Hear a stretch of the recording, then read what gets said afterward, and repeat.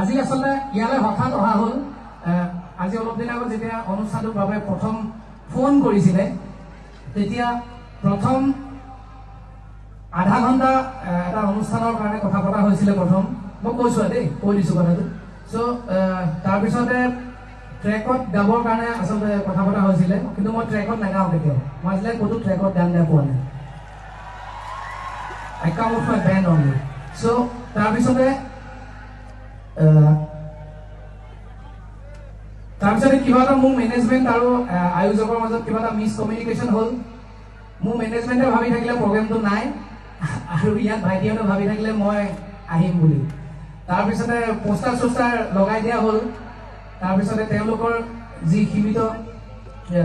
budget আছিলে তেনেকৈ তেওঁলোক আগবাঢ়িছিল আৰু তেওঁলোকে ভাবিলে মই আহিম বুলি তাৰপিছতে মোক ক'লে এদিন ফোন কৰিলে যে এনেকুৱা হ'ল গোটেই পোষ্টাৰ লগাই দিছো আমাৰ ল'ৰা-ছোৱালী আশা কৰি আছে আপুনি আহিব বুলি কিন্তু আমাৰ পইচা নাই মই ক'লো মোক পইচা দিব নালাগে মই এনেই আহিম আজি মই 1 পইচা লোৱা নাই মই আজি ডিব্ৰুগড় ইউনিভাৰ্চিটিলৈ ফাৰ্ষ্ট টাইম আহিছো আৰু মই তেওঁলোকক ক'লো যে যিখিনি আমাৰ খৰচ গুৱাহাটীৰ পৰা আহিবৰ কাৰণে যাবৰ কাৰণে আৰু আমাৰ গোটেই বেণ্ডটোৰ যি খৰচ সেই খৰচখিনি